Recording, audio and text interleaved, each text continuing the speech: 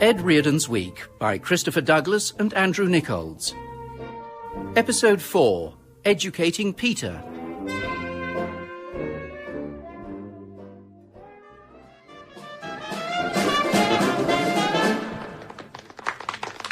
Thank you very much, ladies and gentlemen. If you'd like to leave your names and addresses, we'll come to your house next Sunday.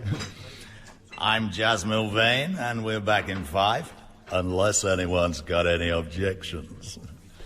Well, do what we want, we outnumber them. Yes, I think the smoking ban's probably hit Dixieland jazz more than any other branch of the performing arts. I'll tell you, if I was in charge, I'd have kept the smoking and banned Thai food. Whose idea was that? I mean, looking at your local for a bowl of nam pla? Let's have a sing-song with a pint of green paste. It's like going to Sketchley's for a massage. Yeah, you're right there, Ed. Well, don't get me started on stand-up comedy. No, because we're back on in 10 minutes.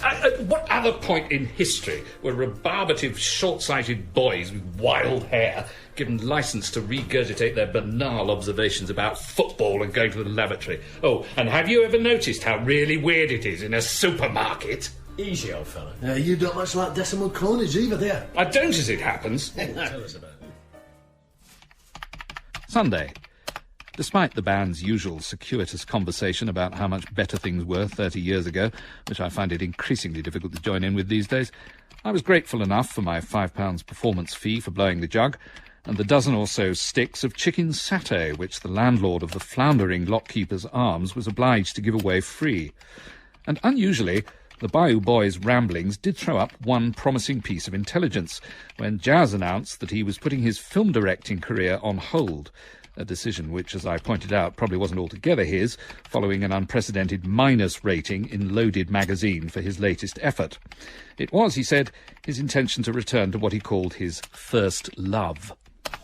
Live theatre. Well, what strippers, you mean? No, I'm talking about the thrilling intimacy of small space work. Ah, table dancing. Wait, crab claws and peanut sauce, who'd have thought it? No, what I'm talking about is the roots of my aesthetic, which are in the Brechtian tradition of political theatre. Really? Last time you worked in the theatre, you were in the Norman wisdom tradition of falling flat on your arse. That wasn't my fault. It certainly wasn't mine. Educating Peter was a perfectly good play. It was ahead of its time, that's all. It was, by 2 days. Then Educating Rita opened. Bad luck, Ed. You're only one letter out. No, that'd be like pitta, pitta bread. That's 2 T's. Ah, 2 T's, yes, thank you very much, we're lovely. You've been lucky here, mate, all this time, Muck. Pass the Kung Po, Vicar. The point is that it might be worth having a think about putting it on again somewhere. Educating Peter, really? It's not a masterpiece, but in some ways it's a better play than Willie Russell's. Oh, thanks very much. I should hope it is an improvement on that egregious piece of Liverpudlian whimsy. Is that the one that won all them BAFTAs and the Oscar nominations? No, that was the movie. Oh, yeah, the film of the West End play that ran for 5 years. Well, of course it did, because it pandered to cheap cliches about bookish middle-aged drunks wallowing in self-pity. Bore no relation to reality whatever. What? No, not there, Elgar. You haven't seen Educating Peter anywhere, have you? It was on the Times crossword pile, blocking that hole in the wall. Where is it? I didn't put it in your litter tray, did I? Arthur Daly winks at the camera, the end. If only it had been 10 more drafts and they still didn't like it. Apart from the wink, and that wasn't mine. No, I can't play football now. Let's see what came out of the London attic. Oh. Right. No, I don't think we're ever going to pay this phone bill, are we? You used to like it when I did the trim phone, didn't you? Couldn't go into a pub in the 1970s without hearing someone doing that. It was proof of your manhood. Getting warm. King's Head, Educating Peter scores top marks for comedy that makes you think. Author Ed Reardon has certainly done his homework. The scene where the working-class Peter teaches his blue-stocking English professor to kick off her brogues and disco dance merits an A+. Set to graduate to the West End. Remember, you read it here first. Camden Journal. I probably don't need all 6 copies. Right! On your head, Elgar. Oh, good save. Thing is, Ping, I wrote it in the late 70s. It was before computers. And me, before I even existed. Scary. I'm sure your parents had your name down for Reardon or Cheltenham. Both, actually, and Eton and the Guards, in case I was a boy. Oh, really? No, joking. I went to the Lycée Français. Oh. So I thought the agency might still have a hard copy of the play script somewhere. Oh, it was live stage, was it? Live stage, yes. Like Mamma Mia and Puppetry of the Penis? No, I mean a proper play. Oh, right, when they have a competition on the telly to find the actors. No, we held auditions. Nobody got swindled for voting on the phone. There were no pink stretched limos, or indeed pink overpaid presenters. Really does seem like a different age. But people still went to see it. Alas, no, because a play on the self-same subject opened at the same time as Educating Peter, only with a female protagonist. Something similar happened to my play Stanley Valentine, about a middle-aged man rediscovering himself at Weston-super-Mare. Oh, you should have done them about women. Well, I tried that with Blood Sisters, but once again the fates were against me. Morning, Reardon. Blaming everyone but yourself again. Let's see if we can enter the secret compartment and find the ancient manuscript. It's a filing cabinet, not the Ark of the Covenant. Yeah, that's a frightfully good noise. Ping. Well, I can do a trim phone. Well, I could in the flat. Well, now just listen to this. Oh, not the Ferrari overtaking the Bugatti again. Oh, no. Later, perhaps. This is a piece of very exciting news indeed. Jas Milvain is making his return to the theatre. I know. Well, it's his first love. Yes, so he says. After himself. And money, of course, so it's probably his third love. All that success, all those awards, but he still misses the smell of the boards. And you know who else misses it? I don't know, depends who else has delivered a turkey and can't get a job anywhere. Michelle Pfeiffer and Johnny Depp. Felix, do you mind? I'm in the workplace. That counts as sexual harassment. Jazz is confident that Michelle and Johnny are as good as here if they can find the right vehicle. Ah, here you are, Ed. Educating Peter. They're so desperate to appear on a London stage, they're even prepared to do so clothed. Here it is, Felix! Here it is! Here's what? My play! The one Jazz wants to do. Oh, we can decide on all that later. What we need to focus on now is the nuts and bolts of theatrical production. Where to have the first night party, stand up or sit down, what presents to buy. Do we have a fruit basket waiting for Michelle at Terminal 5? Oh, I'll send another one to Milan just in case. Oh, can I stand at arrivals with a sign saying Johnny? Oh, should it be Mr. Depp? Oh. Didn't teach you everything at the lycée, clearly. Just to return to the matter of the play. You see, there are all these things that have to be considered. The practical details of staging a piece of theatre is a craft, you see. A dying art. Like being able to do impressions of a Bugatti. Oh, exactly. Pink, can you run off 20 copies of this, please? I can't believe it, Ed. Johnny Depp might actually be holding this. Yes, unless he decides to do Puppetry of the Penis instead, in which case he'll be holding something else altogether. And we'll probably end up with Martin Jarvis. Oh, Ed. Wet weather tires, you see. Tuesday. It's with a certain amount of trepidation that one revisits the other country that is the work from one's formative years. I dare say when a Stoppard or Pinter revival looms, they open their elegant bottom drawers and anxiously ask themselves, will this stand the test of time? By no means everything survives. Terry Wogan's Floral Dance, for example. A truth which was very much in the forefront of my mind as I broached the 48 closely typed and much Tipexed foolscap pages of Educating Peter. To my pleasant surprise, it still read extremely well.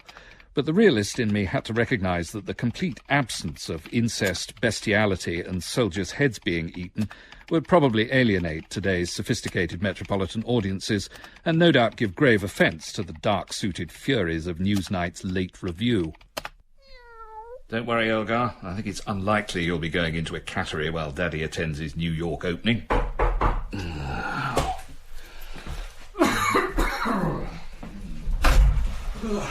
Morning. Hello, Jazz. Can I have a glass of water? Volvic, if you've got it. I've got no Volvic bottle, but I can fill it up from the tap. I won't bother. Just to sit down. Jazz, have you been walking? I have. And I've been on a train called Sir Elton John. There's probably one called David Furnish that goes the other way. Extraordinary. Anyway, It gave me a chance to have another look at educating Peter. Bloody marvellous, Ed. We have to do it. When you say we, you mean you and me and Michelle Pfeiffer and Johnny Depp? Absolutely. You still got that cat? Oh, it's all right. I'll get rid of it while we're working. Elgar, out. Shoe, working. Now, Jazz, script. Do you think it needs updating? I'm thinking about the Act 1 curtain where their hands touch when he's showing her how to do the Rubik's Cube. Does that still work? Perfectly. Don't change a line. It's a classic. You haven't got a TV guide, have you? Oh, you're thinking of casting the small parts? No, I just wonder what's on. You got Sky Sport? No. So what about venues? Is it the sort of thing we'd want to start at the Donmar Warehouse or the National before transferring it to the West End? Been thinking about that. Instead of going down the Domnar route, why don't we box a little bit clever? Let's put it on locally. Local to where? Berkhamsted. Break it in here. I don't know. Maybe the upstairs room at the Lockkeeper's Arms. Build a following. Take it to the Edinburgh Festival and wait for the management to come to us. Are Michelle and Johnny happy to come to Berkhamsted? Probably won't be Michelle and Johnny as such, but these stars are a dime a dozen. Doesn't have to be a star even. The play's the thing. Who said that? Ridley Scott. Well, yes, it's the kind of play that will make stars of whoever does it. Exactly. Perhaps we ought to go and check out the venue. Oh, you mean go to the pub? Why not? They're open all day now. And it might help if I could stay the night here. Of course. Let's face it, we're going to be living in and out of each other's pockets for the next few weeks. Now, this couch is covered in cat hair, so I'll be needing your bed. Right. So I hope all of you in the class will come along to the theatre upstairs and support a local author. It's not every day you get to see a play directed by a top Hollywood name from an affordable front row seat. It's pews at the Lockkeeper's Arms, isn't it? Better take your hassock, then you can throw it at him if it's no good. Not setting a betting shop, is it, this play? No, why? Oh, I saw your Mr. Mulvane in Corals this morning when I was doing my Lucky 15. Oh, he's probably got a hot inside tip for the Oscars because we get to hear a lot of information that never really percolates through to the general public. No, he was backing a dog. Well, he shouldn't be spending money he hasn't got. Oh, the poor man. It was all in the mail. He owes $4 million to the Inland Revenue. Ah, yes, the IRS. They're always on our backs. Not just them. He's got to pay another $2 million to his third ex-wife, plus palimony after that business with the casting couch. And they didn't even get to keep that. And £4 to Corals. Well, he's doing what a lot of artists do when the breadheads are after your blood. Going back to what he knows. Oh, breadheads! I haven't heard that for a while. You hear a lot more of it if you come to my play.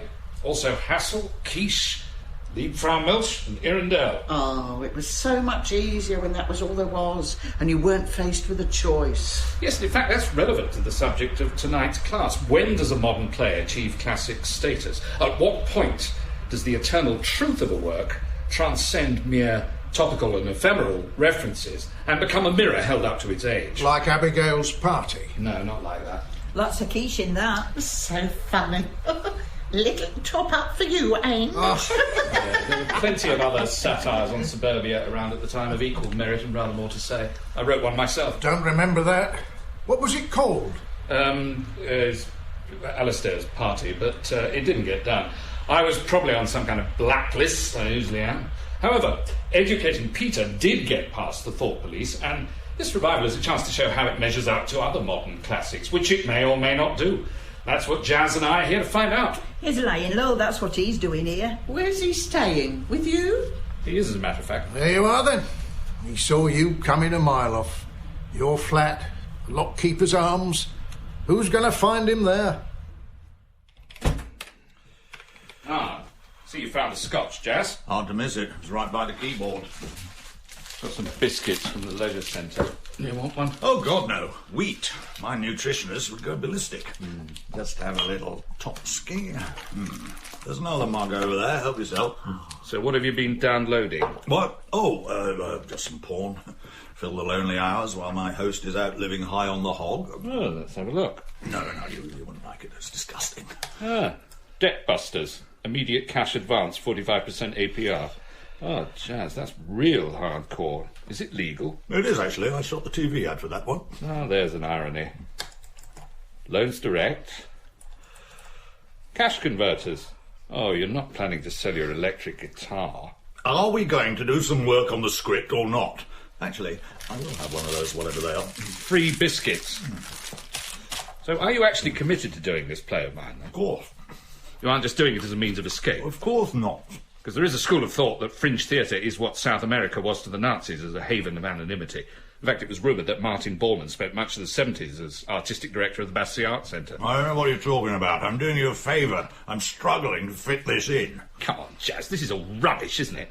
You were saying you've got various irons in the fire next. That's what I used to do when I was at rock bottom. So how many levels above rock bottom are we now, then? You're wearing a tracksuit and having custard cream for your dinner. Well, at least I put my sandals on and went out and stole them myself. I made an effort. I'm not in denial. Wednesday. Jazz and I argued long into the night like a couple of students. Or a couple of mature students, at any rate, because at 10:10 we were both ready for bed. Jazz pathetically claiming he was still on LA time.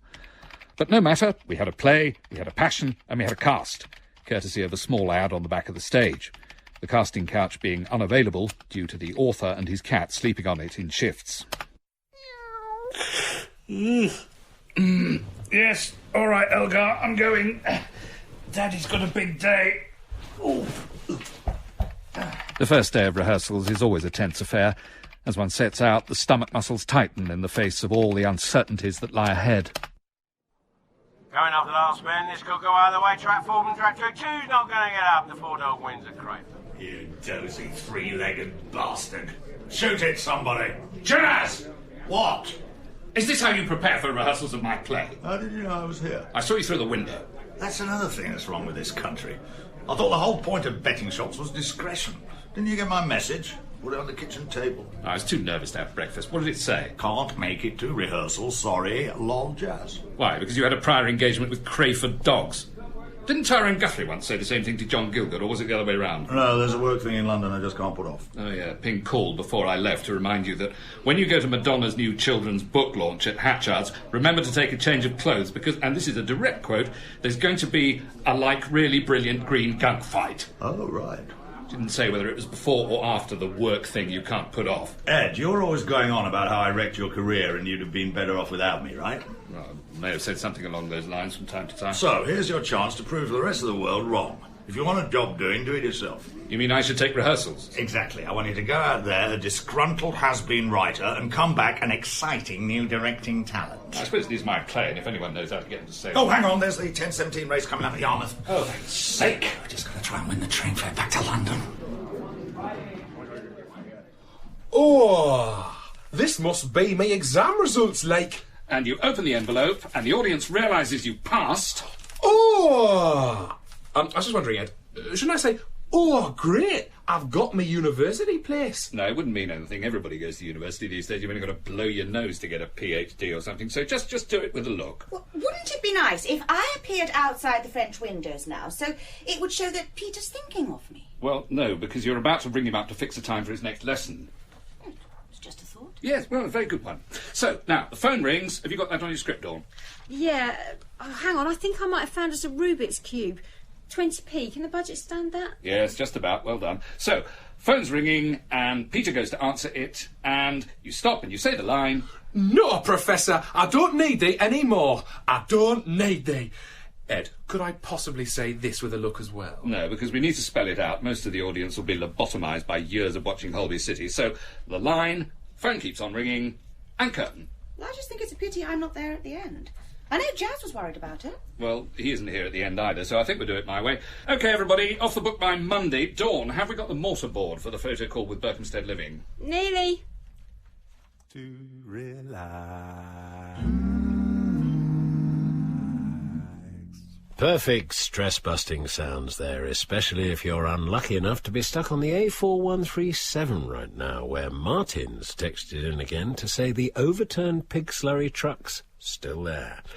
And talking of high drama, the Lockkeeper's Arms in Berkhamsted is the venue for a new play opening tomorrow. Well, later today now, of course. And with me is Educating Peter's author and director, no less, Ed Reardon.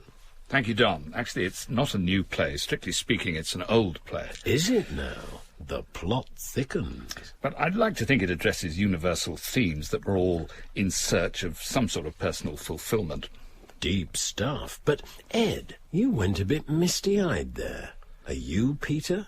Well, I suppose I am in a way, because directing this play has made me aware of what I can do and given me the confidence to maybe carry on like Peter does and, who knows, fulfil my potential even at this late stage of the proceedings. Well, it's certainly a good name. Let's get you guys out there involved. What name would you like to be called if you weren't called your own? Text in your dream names to 62102. And we've got a fantastic cast. I always hankered after Clint, with the old cheroot in the mouth and the blanket round the shoulders. What do you think, Ed? Would it work for me? Quite possibly, yeah. Anyway, tickets are selling pretty well for the first night. There are some good pews still available. Oh, I'm sorry to interrupt, Ed. Text from Martin on the A4137. He wishes he were called anything but Gordon Brown. Oh, bit of controversy there on the show. Thursday. If my life as a writer has taught me anything, it's that anything that can go wrong will go wrong, be it an all-in-one printer copier, a comb that's supposed to cut your hair at the same time, or indeed a marriage. However, the first night of educating Peter at the Lockkeeper's Arms was a glorious exception to the rule, from the touching scene where Peter learns to order from the wine list to the highly charged sexual tension of the moment with the Rubik's Cube, which was preset so that even an actor could get it right with just one manoeuvre. Every twist and turn of Peter's journey to self-fulfilment and Aston University was followed by an appreciative and gratifyingly large audience, which meant that I had to watch it from backstage, a useful vantage point as it turned out, when, at the evening's denouement, the whole play threatened to fall apart. Oh, this must be me exam results, like.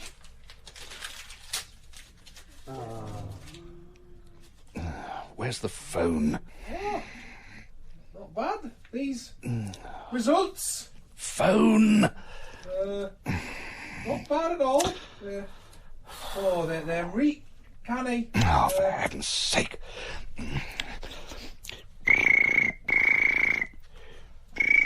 Oh, no, Professor. I don't need thee anymore. I don't need thee. Blackout.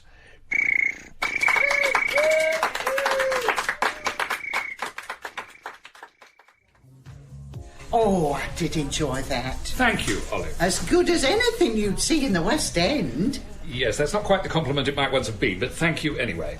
I must say, I didn't expect to enjoy it at all. But even Stan shed a tear. I didn't. I choked on some peanut sauce. It wasn't total rubbish, I'll give you that. Well, I'm speechless before this torrent of praise. You needn't go get him big-headed. No, let him enjoy his moment. He's not had many of them, let's face it. And I loved that phone. It was so accurate. Ah, you mean... Oh, was that you as well? Yes, you can either do it or you can't, Pearl. It's like a new Roy Castle. Oh, Ed, that was so brilliant. Aye, aye, here come the groupies. Everybody, this is Ping. Ping, eh? She'll be from London. My agent. And if you'll excuse us, we've got some talking to do. Don't let him get carried away, love. Make sure he keeps his feet on the ground. And puts his hand in his pocket. Tell Noel Coward he can buy a round. Ed, they are so cute. Are they like your countrymate? My creative writing class, but like everyone else here, they rather surprisingly seem to have had an enjoyable night at the theatre. Honestly, it was so great. You could do it again. Well, we do run till Saturday. Well, that's what I was going to suggest. Do it again so more people can see it. Yes, that's the idea. Yeah, like an iPlayer, only with real-sized people. Yes, it may catch on, who knows. And maybe Jazz could be persuaded to come and watch his own production at some point. Oh, no, he was really, really sorry he couldn't come because he's in meetings all the time with Madonna. This would be after the gunk fight at the OK Corral. No, it was Hatchards. But they've got some really fab plans. Well, I've got some of my own now, so I want you to fix a meeting with Felix first thing tomorrow morning. OK, sure. What about? Now, Felix, you probably heard from Ping about how educating Peter went last night. Yes, I gather a good time was had by all. Well done, you. Yes, I must say it's very gratifying to have a success. Apart from anything else, it's quite a shock. Yes, well, it's been lovely to chat. So I was really wondering what we could do with it next. Do with what next? Well, the play. Should we think about taking it into the West End? Why should we do that? Unless we wanted to lose our houses. Well, you haven't got one, of course, but I'm certainly not prepared to lose any of mine. But I don't see why you should. I mean, the play's a hit, the audience loved it, we're sold out for the rest of the week. I don't understand the problem. I'm obviously not explaining myself very clearly. Now, if there was a name attached, if Jazz Milvain was still involved... Well, maybe it's because he isn't involved that it's doing so well. Let's face it, his name's like the black spot since that last film. Yes, he's very much talked about indeed. And that's what counts. Remember Peter O'Toole's Macbeth, worst production in the history of the theatre, and you couldn't get a ticket for love nor money. So... Educating Peter doesn't have a future because there's nothing whatever wrong with it. Now, you're trying to tie me up in knots, but it won't work.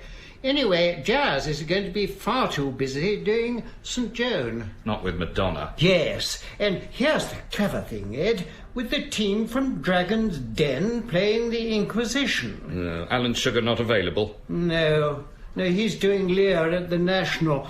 Now, that's event theatre. Sunday. There was a horrible ring of truth to Felix's otiose lecture on the future of the British stage, complete with approving references to how Jazz had turned his fortunes round by embracing the new, open quotation marks, culture, close quotes. Dramatic narrative, it seems, has gone the way of the national anthem, footlights, and the convenient ashtray on the back of the seats in front. Educating Peter's end came, predictably enough, courtesy of another truckload of ordure heaped on the rotting corpse of British theatre by Jazz Milvain.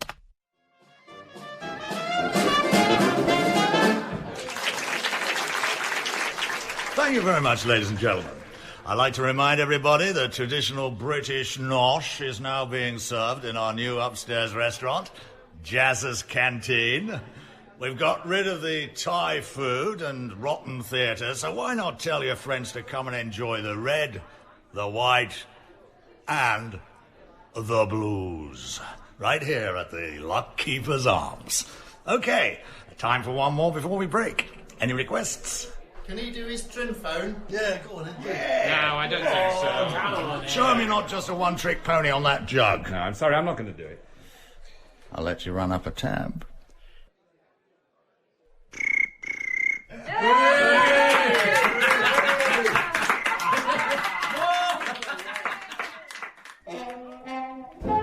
Ed Reardon's Week starred Christopher Douglas with Rachel Atkins, Stephanie Cole, John Fortune, Rita May, Barunka O'Shaughnessy, Tom Price and Geoffrey Whitehead. It was written by Christopher Douglas and Andrew Nickolds. The producer was Dawn Ellis.